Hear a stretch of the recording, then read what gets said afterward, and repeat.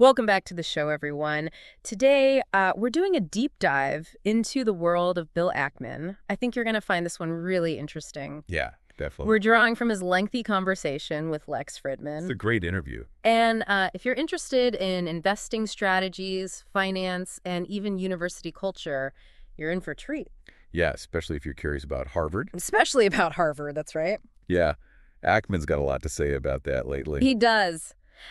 So much to unpack here. Let's dive in. Let's start with Ackman's investment philosophy. All right. He's a huge fan of Benjamin Graham, author of the classic The Intelligent Investor. Oh, yeah, a must-read for any serious investor. He often quotes Graham's idea about the market being a voting machine in the short term and a weighing machine in the long term. A powerful concept, isn't Yeah, it? it is. Yeah. So what do you think that means for someone like you who's really interested in investing? Well, it means you got to have a long-term perspective, right? Yeah. You can't get swept up in the day-to-day swings of the market. Right. You got to look beyond the noise. Exactly. And Ackman really looks for what he calls non-disruptable companies. Right, like Universal Music Group and McDonald's. He talks about those a lot. Yeah, so people will always enjoy music and crave a quick burger, right? These are needs that aren't going away anytime soon. They're pretty fundamental no matter how much technology changes around us. So Ackman's betting on those basic human desires. Exactly. Now, I'm curious, what do you think are some modern equivalents of those? Like, what products or services do you think are here to stay? That's a great question.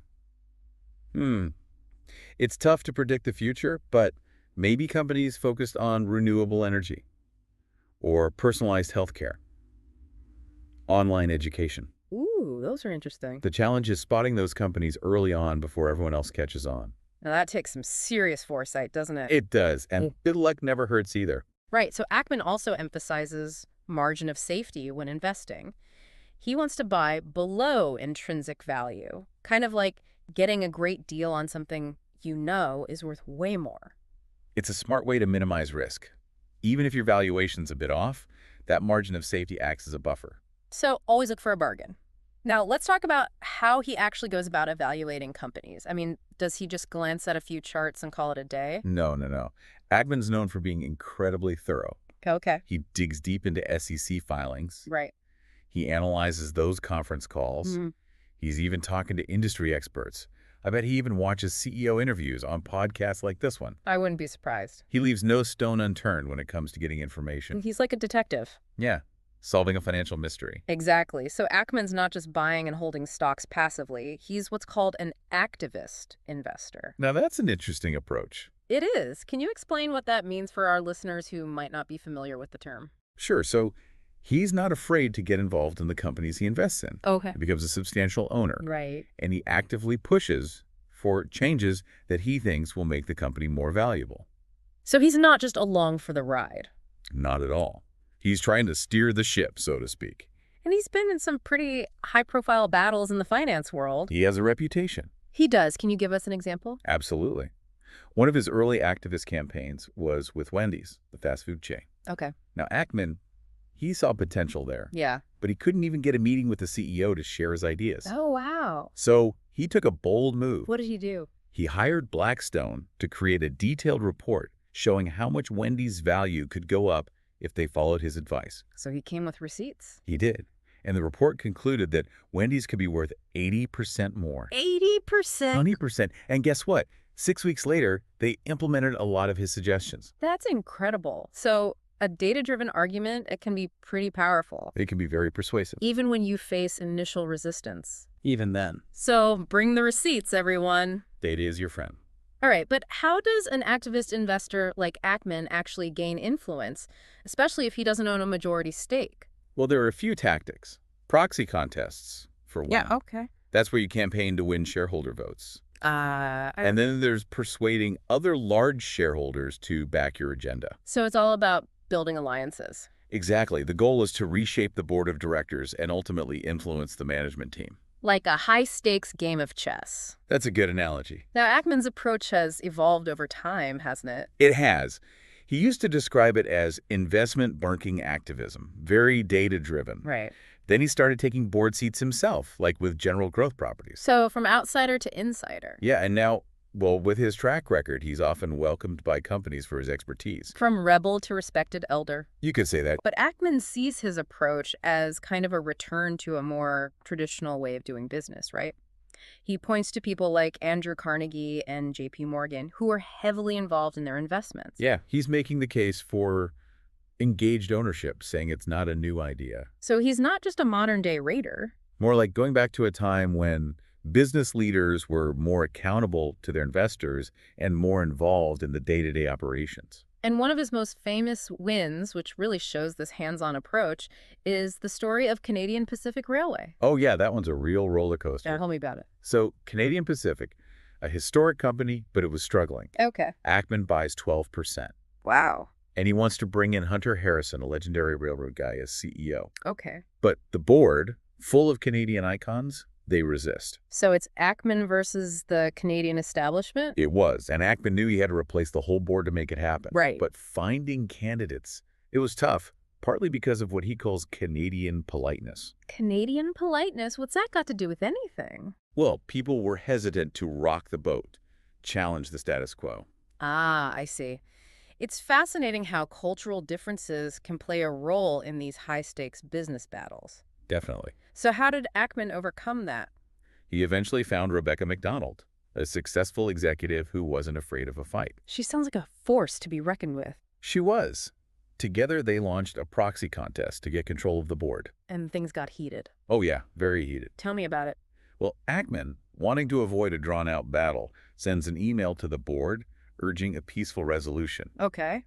But he warns of a nuclear winter if they force a proxy contest. Oh, that sounds ominous. The company, trying to make Ackman look bad, they leaked this email to the press. That seems like a risky move. It was. Instead What? of discrediting him, it actually made shareholders sympathize with him more. They saw him as a straight shooter?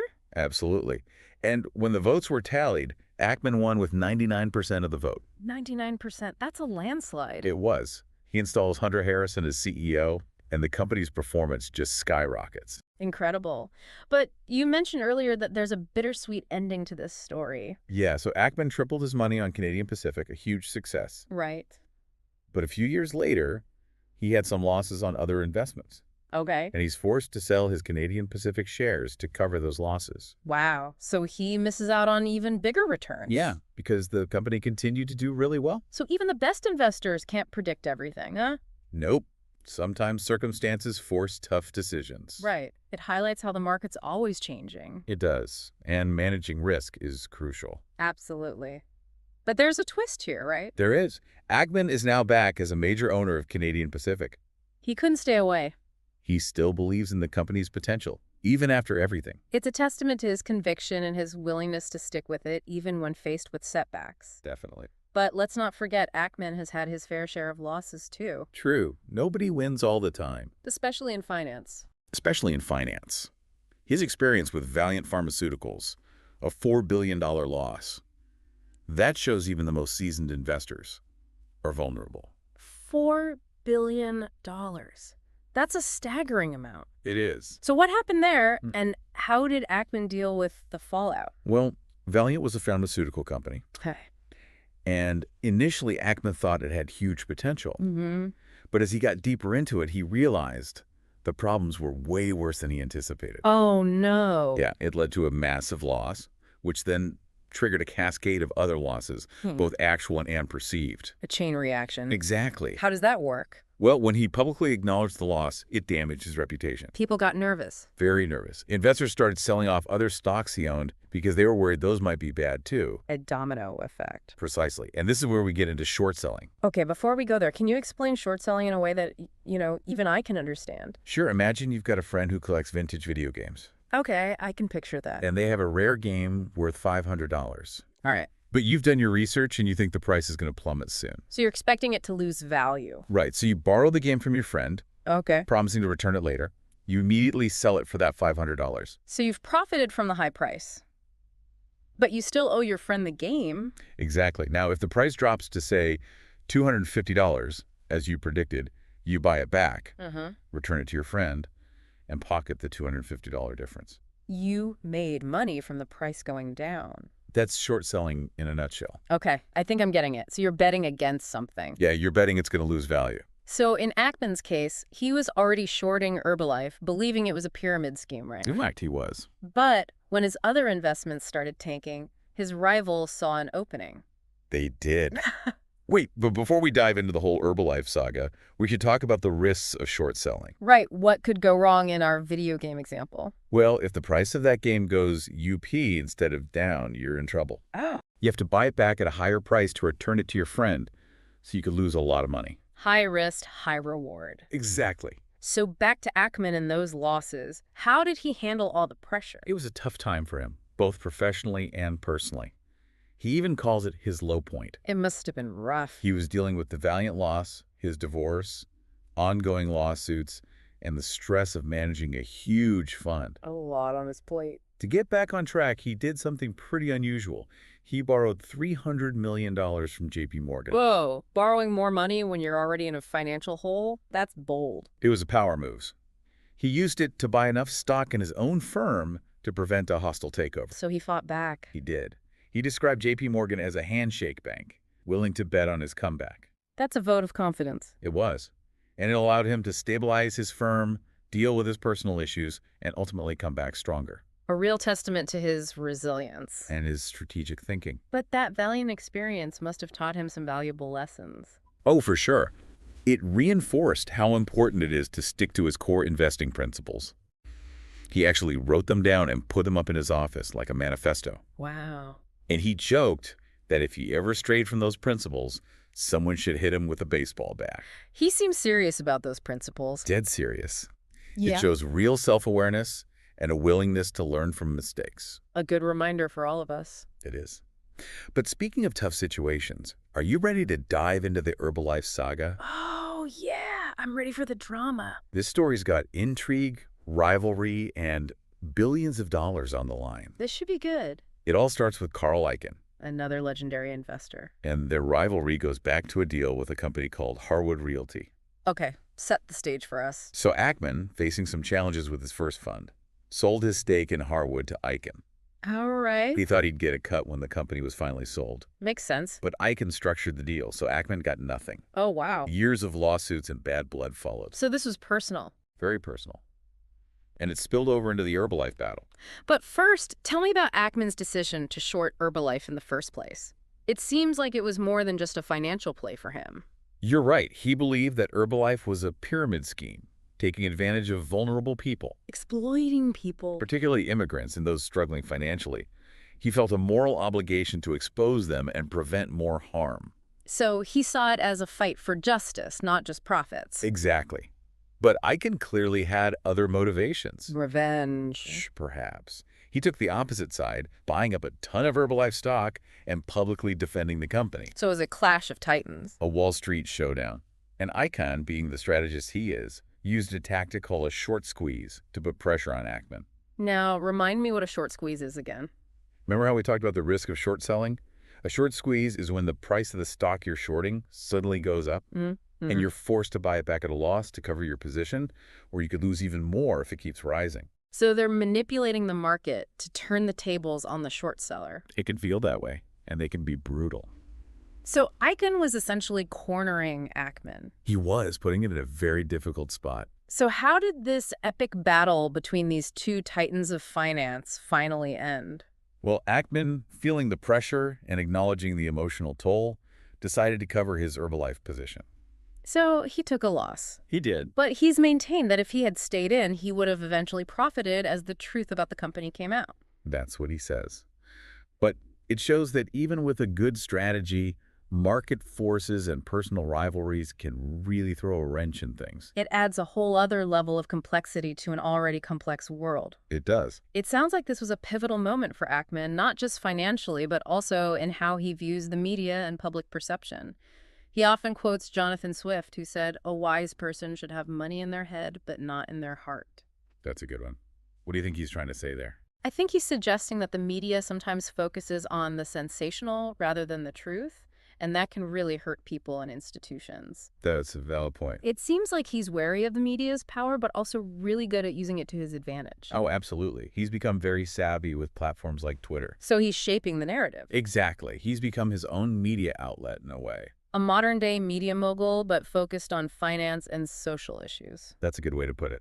But speaking of social issues, Ackman's become quite a vocal critic of university culture lately, especially at Harvard, his alma mater. Yeah, that's been interesting to watch. And it all started with his reaction to the October 7th attacks on Israel. Right. That was a defining moment. What was his take on it?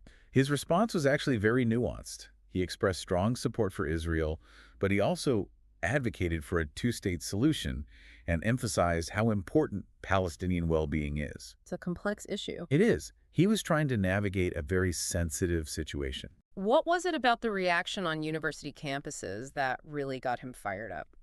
Well, he was troubled by how some university presidents responded to the protests on campus, some of which called for the genocide of Jewish people. That's disturbing. It is. And he was particularly critical of how evasive they were when testifying before Congress, and their failure to outright condemn those calls for violence. He felt like they were more focused on being politically correct than taking a moral stand. Yeah, I think that's what bothered him the most. So that was a turning point for him. It pushed him to engage directly with Harvard's leadership, He tried to start a dialogue with the university president and the board. offering his perspective and potential solutions. Exactly, just like he does in his investing. But how was he received? Not well. They resisted and didn't really want to engage. Sounds familiar. Same pattern as his early activist battles. Right. He encounters resistance and pushes harder. And then things took a dramatic turn with the plagiarism allegations against Harvard's president, Claudine Gay. Oh, yeah, that was big news. It was, and it's important to make a distinction here, right? There are different types of plagiarism. There are. Some initial accusations involve things like missing footnotes or similar phrasing, but properly attributed. Right, those are more like technical errors. But as more examples surfaced, it became clear that some cases involved the potential theft of ideas. Which is much more serious. Absolutely. So intent becomes a key factor here. A missing footnote could be a genuine mistake, but deliberately copying someone else's work, that crosses a line. Definitely. And the sheer number of allegations against President Gay, on top of her relatively limited academic record, raised concerns about her leadership. It did. And it's ironic that her downfall ultimately stems from plagiarism rather than those leadership issues Ackman had been criticizing. A real plot twist. But then things got even more complicated when Ackman's own wife, Neri Oxman, was accused of plagiarism. Oh, that was a whole other layer of drama. It was, and Ackman became very protective, very aggressive in her defense. The allegations against Oxman, who's a very well-known architect and designer, were based on a few missing quotation marks and an uncited paraphrase in her dissertation. So relatively minor issues. Yeah, and she acknowledged them, apologized. But Ackman wasn't having it. Not at all. He saw it as a smear campaign and vowed to hold the media accountable. It's interesting how his personal and professional lives seem to intertwine. He uses those same principles of thorough research, strategic thinking, and fighting for what he believes is right. He applies them to everything. He's definitely not one to back down from a fight, whether it's in the boardroom or defending his family. You can say that again. But amidst all this drama, Ackman's larger point about Harvard's governance and the impact of DEI ideology on campus culture shouldn't be overlooked. That's an important point. He sees all of this as connected to a bigger picture. So how does he connect his personal experience to a wider societal trend? Well, he argues that Harvard's governance is fundamentally flawed, with an unaccountable board. A self-perpetuating elite. Exactly. And he also criticizes the oppressor versus oppressed framework that's often used in DEI discussions. How does he see that as problematic? He thinks it's stifling free speech. Chilling debate. Yeah, especially for those who hold dissenting viewpoints. Can you give an example of how this framework might play out on campus? Imagine a student wants to express an opinion that challenges the prevailing narrative on a social issue. Let's say they want to argue for a different approach to racial inequality, Okay. one that doesn't rely on the concept of systemic oppression. I can see how that might be controversial. Right. Now, under this oppressor versus oppressed framework, their opinion might be instantly dismissed. Not based on its merits, but on the student's identity. Exactly. So if they're seen as part of a dominant group, their perspective is automatically labeled as biased, maybe even harmful. regardless of what they're actually saying. So it's not about open discussion, it's about shutting down certain viewpoints. That's the concern. This creates a culture where students are afraid to speak their minds. Self-censorship. Right, because they don't want to be labeled as insensitive or worse. And that can stifle intellectual curiosity and the free exchange of ideas. Those are essential for a thriving academic environment. It sounds like Ackman's calling for a more nuanced approach to discussing these complex issues, one that allows for diverse opinions. He is. Without resorting to those simplistic labels. Exactly. He's not saying we should silence certain voices. He's saying we should amplify all voices. And create a space where people can debate freely without fear of reprisal. That's the goal, but it's a tough one to achieve. Especially in our current climate. It is, but this actually ties into Ackman's belief in America's resilience. He's an optimist at heart. He is. He sees the U.S. as a company in need of a turnaround. Facing challenges like debt, bureaucracy, and overregulation. All of that. And what's his solution? Strong leadership. He believes that's the key to navigating these problems. To restore economic stability and competitiveness. Right. And he sees parallels between his activist investing approach and the kind of leadership he thinks America needs. So what's he looking for in a leader? Someone who can cut through the political gridlock. Someone who makes decisions based on evidence and a long-term vision. Exactly. Someone who puts the country's interests first. He's been pretty vocal about his frustration with the two-party system. He has. He thinks it incentivizes politicians to prioritize their party over what's best for everyone. So he's not just complaining, he's looking for solutions. He is. He's been supporting candidates he believes can bring about positive change, like Gene Phillips. Dean Phillips, the moderate Democrat. That's the one. Ackman admires his willingness to compromise and find common ground, even on tough issues. It seems like Ackman's advocating for a more pragmatic approach to politics, one that prioritizes problem-solving over ideology. Absolutely. He believes that blind allegiance to one party can be harmful, preventing us from addressing our common challenges. He wants leaders who can see beyond those traditional left-right divides. That's right. Leaders who focus on solutions that benefit everyone. A message that resonates today more than ever. But Ackman's not just a critic, he's also an optimist, particularly when it comes to technology. He sees a lot of potential there, especially with AI. He sees it as a tool for good. He does. He's excited about AI's potential in healthcare, education, even environmental sustainability. He sees it as a driver of progress. Exactly. And it ties back to his belief in the American spirit of innovation and entrepreneurship. And his support for young founders? He sees them as the future. He does. And it's not just about the money for him. He mentors them, shares his expertise, connects them with his network. He's investing in the next generation. He is. Well, we've covered a lot of ground in this deep dive into Bill Ackman's world, from his investment strategies to his social and political views to his personal reflections on success and failure. He's a fascinating guy. He is a complex mix of brilliance, determination, and a desire to make a difference. Definitely. Whether you agree with him or not, his story has a lot to teach us about leadership, the power of ideas, and the importance of engaging with the world around us. He's a reminder that we all have the power to make a difference. Big or small. Exactly. So as we move into the final part of our deep dive, what are some key takeaways that have stuck with you? That's a good question.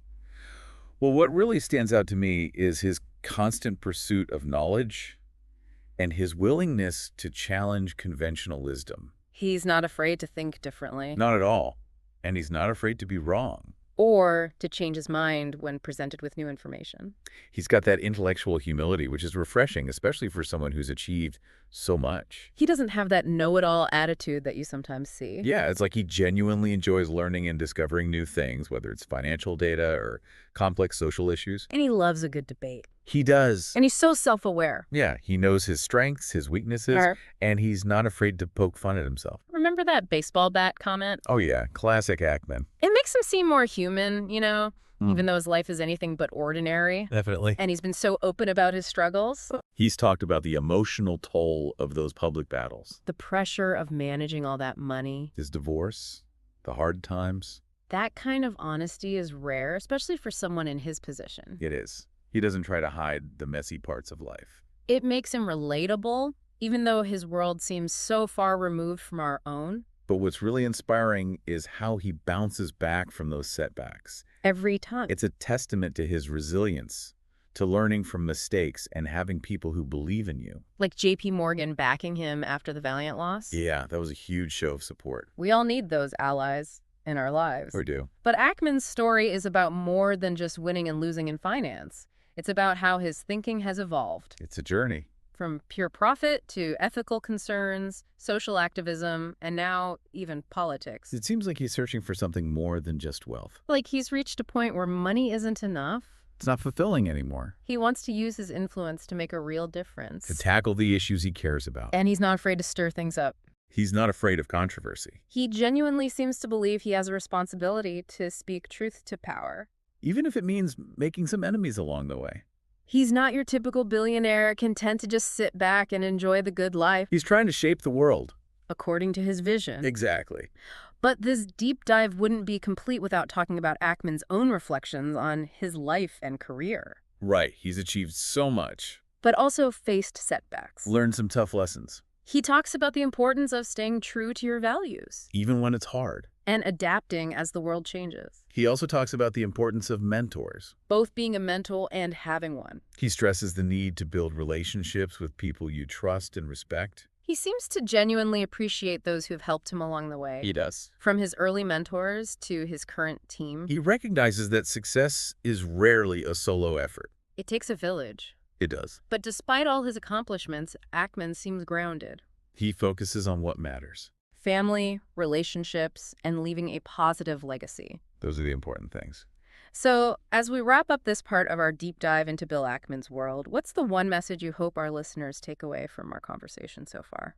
I think the most important message is that success isn't a destination, it's a journey. It's about constantly learning and growing. Adapting to change. And trying to make a positive impact, even in small ways. Those are the things that matter. And it's about being willing to challenge the status quo. Think differently. Fight for what you believe in, even when it's tough. Even when it's unpopular. Bill Ackman's story is a powerful reminder that we all have the potential to do great things. To overcome obstacles. And leave a lasting mark on the world, no matter where we come from or what we've been through. That's a message worth spreading.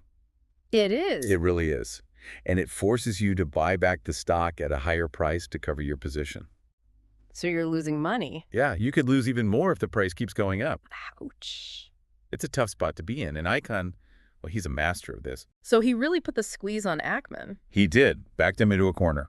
So how did this whole thing finally shake out? How did the battle end? Ackman, facing mounting pressure and acknowledging the emotional strain, he decided to cover his position in Herbalife. Meaning he admitted defeat. In a way, yes, he took a loss on the trade. Tough pill to swallow. It was.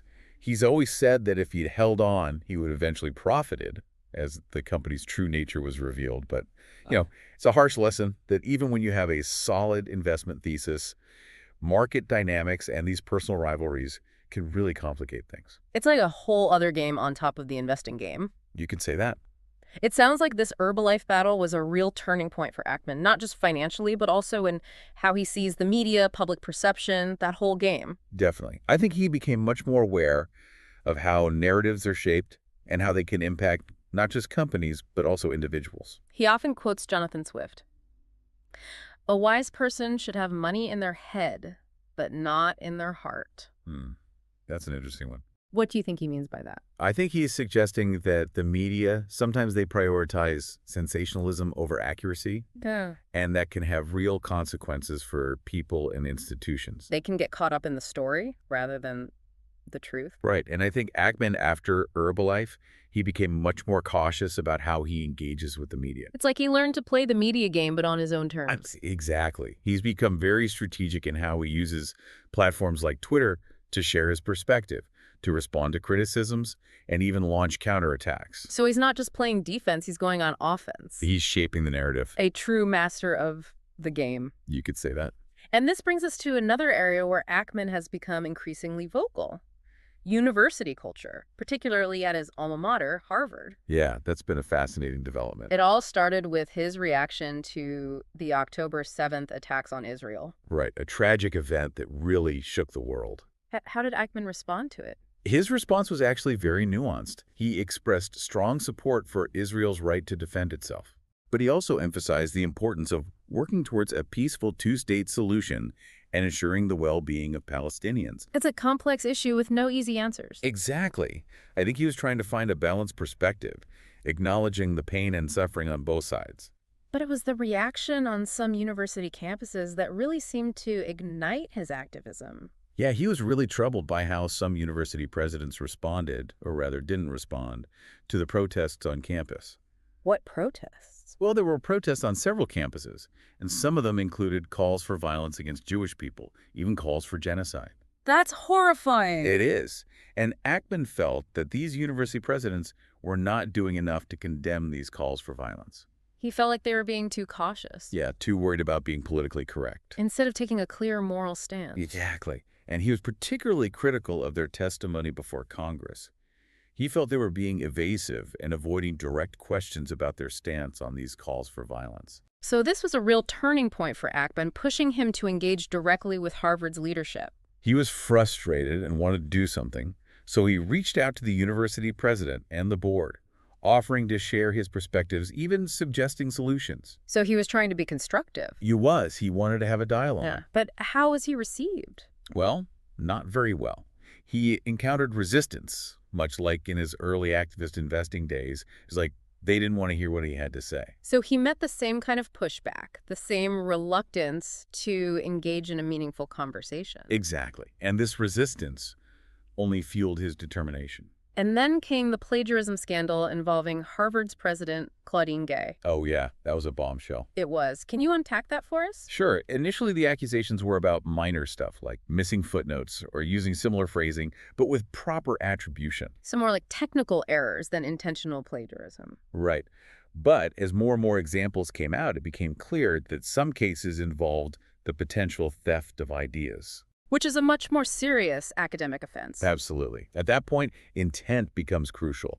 A missing footnote can be an honest mistake. But deliberately copying someone else's original work, that's crossing a line. Right. And the sheer volume of allegations against President Gay, coupled with her somewhat thin academic record, raised questions about her ability to lead Harvard. Exactly. And it's kind of ironic that her downfall wasn't related to those leadership issues that Ackman had been criticizing all along. A real plot twist. It was. And then, to make matters even more complicated, Ackman's own wife, Neri Oxman, got dragged into the plagiarism controversy. Oh, wow. That's adding fuel to the fire. It was. And Ackman, being the protective husband he is, went into full defense mode. He didn't hold back. Not at all. Now, the allegations against Oxman, who's a renowned architect and designer, stem from a few missing quotation marks and an uncited paraphrase in her doctoral dissertation. Seems relatively minor. It does. And she acknowledged the errors, apologized for them. But Ackman wasn't having any of it. Nope. He saw it as a blatant smear campaign by the media and vowed to hold them accountable. He went on the attack. He did, full force. It's interesting, isn't it, how his personal and professional battles seem to blend together. He brings the same intensity, the same strategic thinking to both. He's a fighter, that's for sure. But in all of this, it's important not to lose sight of Ackman's broader critique of Harvard's governance and the impact of DEI ideology on campus culture. Right, these aren't just isolated incidents for him, they're symptoms of a larger problem. So how does he connect the dots? How does he see these personal experiences as part of a bigger societal issue? Well, he argues that Harvard's governance structure is inherently flawed, with a self-perpetuating board that lacks accountability. An elite club. Exactly. And he sees the oppressor versus oppressed framework that's often used in DEI discussions as creating a chilling effect on free speech, especially for those who dissent from the prevailing narrative. So he sees this framework as too simplistic, too divisive. Yeah, and he worries that it's shutting down important conversations, preventing people from expressing different viewpoints. Can you give us a concrete example of how this framework might play out in a real-world scenario on campus? Sure. Imagine a student who wants to express an opinion that challenges the dominant narrative on a certain social issue. Let's say they want to present a different approach to addressing racial inequality, one that doesn't rely on the concept of systemic oppression. Okay, I can see how that might be controversial. Right. Now, under this oppressor versus oppressed framework, that student's perspective might be immediately dismissed, not because of its merit, but because of their perceived identity. If they're seen as belonging to a dominant group, their views are automatically labeled as biased or even harmful, regardless of the content of their argument. So it's not about engaging with the ideas, it's about shutting down the conversation based on predefined categories. That's the concern, and this can lead to self-censorship, where students are afraid to speak their minds for fear of being ostracized or labeled as insensitive or racist. And that's a real threat to the free exchange of ideas, which is supposed to be the foundation of a university education. Exactly. Ackman's arguing for a more nuanced, more open approach to these complex issues. One that allows for a diversity of perspectives without resorting to simplistic labels or shutting down dissenting voices. Right. It's about creating a space where people can challenge each other's assumptions, engage in respectful debate, and consider viewpoints that might make them uncomfortable. A marketplace of ideas. Exactly. But this isn't just about university culture for Ackman, is it? It seems like he sees these issues as connected to a broader societal trend. He does. He's worried about the erosion of free speech, the increasing polarization, the tendency to shut down dissenting voices rather than engage with them. So he's applying his business acumen to the realm of politics, almost like he sees the country as a giant company in need of a turnaround. That's a good analogy. He sees America facing challenges like mounting debt, administrative bloat, a complex regulatory environment. And just like with a struggling company, he believes the key to success is strong leadership. Leadership that can cut through the political gridlock, make tough decisions, and prioritize the long-term interests of the country over short-term political gains. And he's been pretty critical of the current two-party system. He has. He thinks it incentivizes politicians to prioritize their party over what's best for the country as a whole. So he's not just complaining, he's actively looking for solutions. He is. He's been supporting candidates he believes can bring about positive change, like Dean Phillips, a moderate Democrat who's willing to challenge his own party's orthodoxy. So he's putting his money where his mouth is. He is. He admires Phillips's willingness to reach across the aisle and find common ground. It seems like he's advocating for a more pragmatic, less ideological approach to politics. Exactly. He believes that blind allegiance to a particular party can be detrimental, preventing us from finding solutions to our common challenges. He's looking for leaders who can transcend those traditional left-right divides and focus on what unites us rather than what divides us. That's a message that resonates in our current political climate, where division and polarization seem to be at an all-time high. It does. But Ackman isn't just a critic, he's also an optimist, especially when it comes to the potential of technology, particularly AI. Yeah, he's got this infectious enthusiasm about AI and its ability to solve some of our most pressing problems. He sees it as a force for good, not something to be feared. Right. He's particularly excited about its potential in healthcare, education, and environmental sustainability. He sees it as a key driver of progress, a way to make the world a better place. And this ties back to his belief in the American spirit of innovation and entrepreneurship. His faith in the next generation. Exactly. He finds inspiration in the young founders he invests in, seeing them as the key to solving the challenges of the future. And it's not just about the money for him. He actively mentors these young entrepreneurs, sharing his expertise and connecting them with his vast network. He's paying it forward. He is. It's a reminder that success isn't just about personal gain. It's about using your resources to empower others and make a positive impact on the world. And it's about leaving a legacy. Exactly. Well, we've covered a lot of ground in this deep dive into Bill Ackman's world, from his investment strategies to his battles with corporate giants and his evolving views on everything from university culture to the role of technology in society. It's been quite a journey. It has, and Ackman is a complex figure. Brilliant investor, fierce advocate, devoted husband, and a thoughtful observer of the world around him. He's definitely someone who makes you think. He does. Whether you agree with him or not, his story offers valuable lessons about leadership, the power of ideas, and the importance of engaging with the world around us, both in our personal and professional lives. He's a reminder that we all have the potential to make a difference. So as we move into the final part of our deep dive, I'm curious to hear your thoughts. What are some of the key takeaways that have resonated with you? His relentless pursuit of knowledge, that's one thing. And he's not afraid to challenge conventional wisdom.